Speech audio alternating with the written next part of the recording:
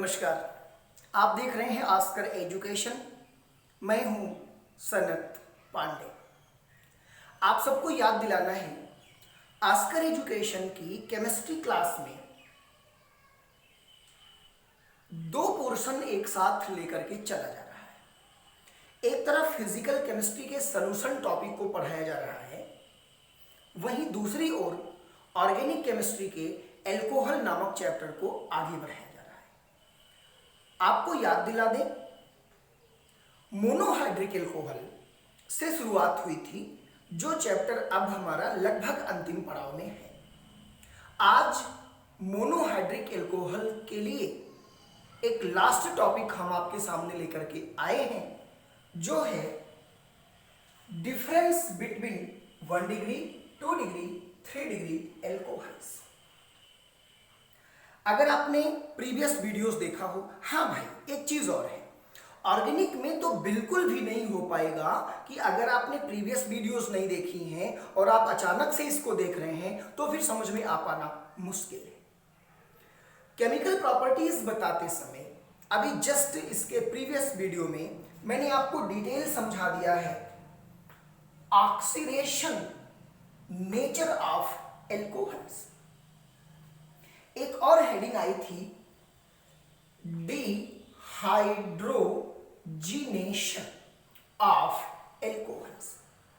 तो ये दो चीजें ऐसी हैं जिसको ऑलरेडी पढ़ाया जा चुका है, और मैं आपको बताऊं कि ऑक्सीडेशन के जरिए भी एल्कोहल्स में डिफरेंस किया जा सकता है। डिहाइड्रोजिनेशन के माध्यम से भी एल्कोहल्स में अंतर किया जा सकता है। हम समराइज कर दें, लास्ट वीडियो ऑक्सीडेशन का ही था, मुझे याद है। यहां से अगर मेरा एल्कोहल 1 डिग्री एल्कोहल है तो उसके लिए हम क्या करते हैं कि जब हम ऑक्सीडेशन करेंगे, आपने डिटेल वीडियो देखा है K2Cr2O7 और H2SO4, Na2Cr2O7 प्लस H2SO4। तो 1 डिग्री एल्कोहल ऑक्सीडेशन करने पर ये एल्डिहाइड देता है। 2 डिग्री एल्कोहल जब हमने लिया था तो ये ऑक्सीडेशन करने पर कीटोन देगा। 3 डिग्री एल्कोहल का ऑक्सीडेशन करने पर कोई भी रिएक्शन नहीं होता है। तो एक तो ये सबसे बड़ा डिफरेंस है। जब हम डिफरेंस पढ़ रहे होते हैं, बहुत ही इंपॉर्टेंट है, ढेर सारे एग्जाम्स में जब भी थ्योरेटिकल पेपर्स होते हैं उसमें पूछा जाता है how will you differentiate, how will you distinguish between alcohols, या how will you distinguish 1 degree, 2 degree and 3 degree alcohol. So ये लेक्चर, ये टॉपिक, ये पोर्शन बहुत ही इंपॉर्टेंट होने वाला है आपके आने वाले एग्जाम्स के लिए। तो मैं आपको बताऊं, ऑक्सीडेशन प्रोसेस में 1 डिग्री अल्कोहल जब लेते हैं तो एल्डिहाइड मिलता है, 2 डिग्री अल्कोहल लेते हैं तो कीटोन मिलता है, और 3 डिग्री अल्कोहल का सेम ऑक्सीडेशन करने पर कोई भी रिएक्शन नहीं होता है, जो कि आपको इसका डिटेल प्रीवियस वीडियो में पढ़ाया जा चुका है।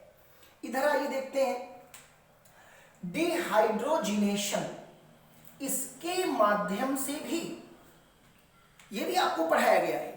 डिहाइड्रोजिनेशन रिएक्शन भी आपको पढ़ाया गया है कि यहां पे जब आपने 1 डिग्री एल्कोहल लिया था, ध्यान रखिएगा, आपको कॉपर की जाली 300 डिग्री सेल्सियस टेम्परेचर आपने दिया था। याद होगा आपको, सेम कंपाउंड एल्डिहाइड का मिल गया था। सिमिलरली जब आप यहां 2 डिग्री एल्कोहल लेते हैं, सब कुछ वही करते हैं, तो आपको कीटोन मिल जाता है। अब आप ये मत कहना कि ऑक्सीडेशन से भी एल्डिहाइड और कीटोन मिला, डिहाइड्रोजिनेशन से भी एल्डिहाइड और कीटोन मिला, तो यहां 3 डिग्री रिएक्शन नो रिएक्शन होगा, लेकिन यहां तो 3 डिग्री एल्कोहल का रिएक्शन होगा।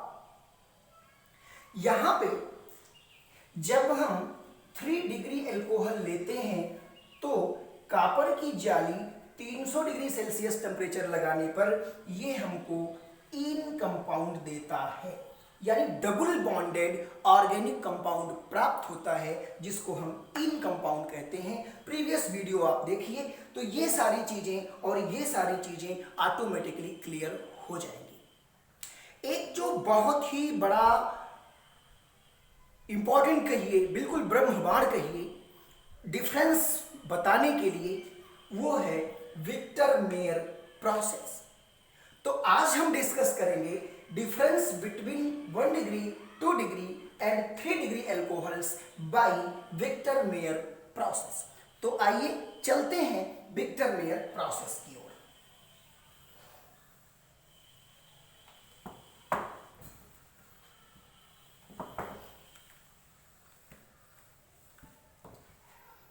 बच्चों देखिए, सबसे पहले हमने क्या किया है, यहां पे 1 डिग्री एल्कोहल ले लिया, ये एग्जांपल 2 डिग्री एल्कोहल का ले लिया और ये एग्जांपल 3 डिग्री एल्कोहल का ले लिया।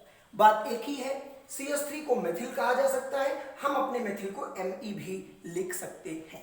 आओ जरा देखो, प्रोसेस सिर्फ एक ही है, एल्कोहल भले अलग अलग हैं लेकिन प्रोसेस एक है।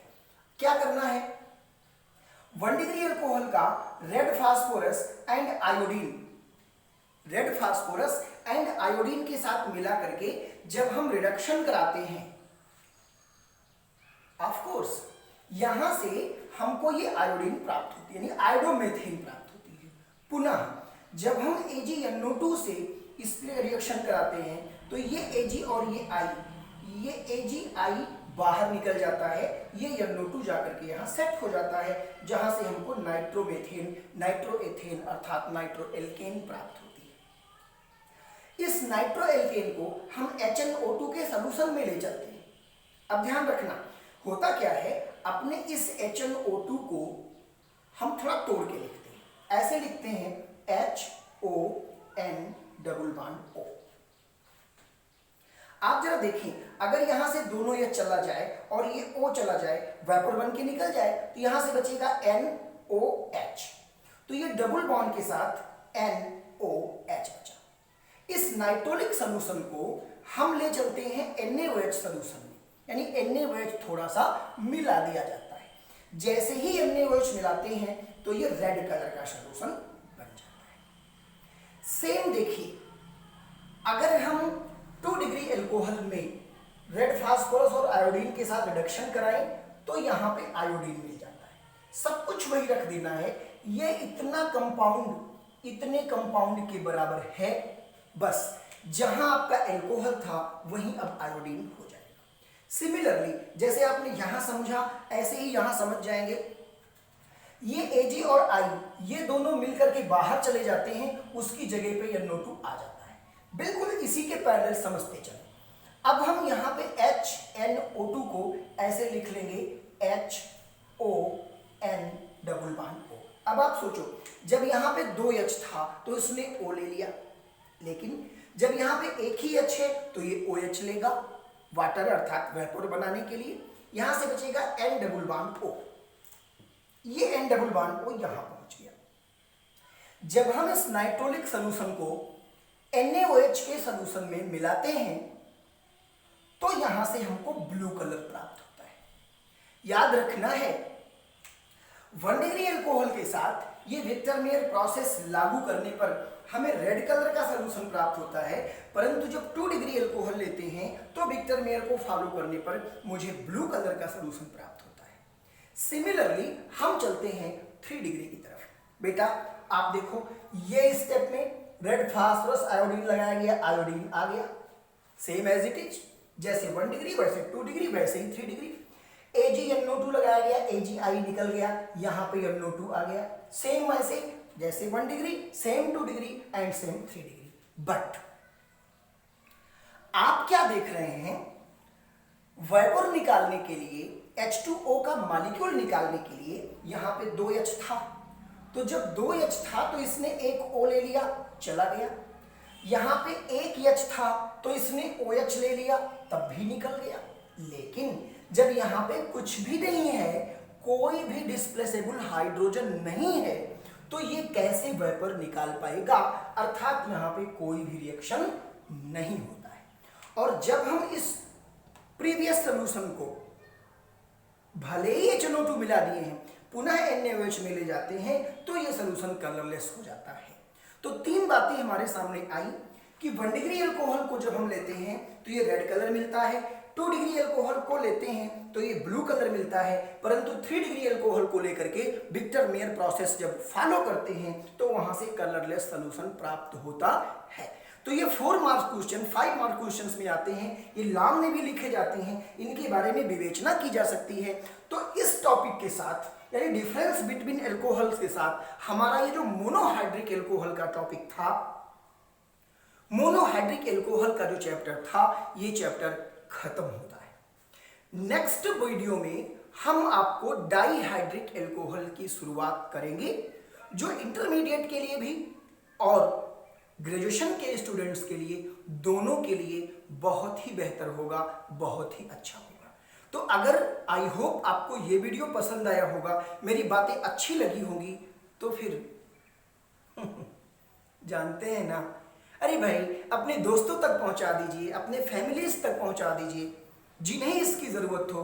कोई भी इंटरमीडिएट या ग्रेजुएशन का स्कॉलर्स अगर केमिस्ट्री पढ़ता है, अगर केमिस्ट्री पढ़ना चाहता है, तो उस तक आप हमारी वीडियो पहुंचा दें, उस बच्चे का भी लाभ होगा, आपको भी दुआएं मिलेंगी।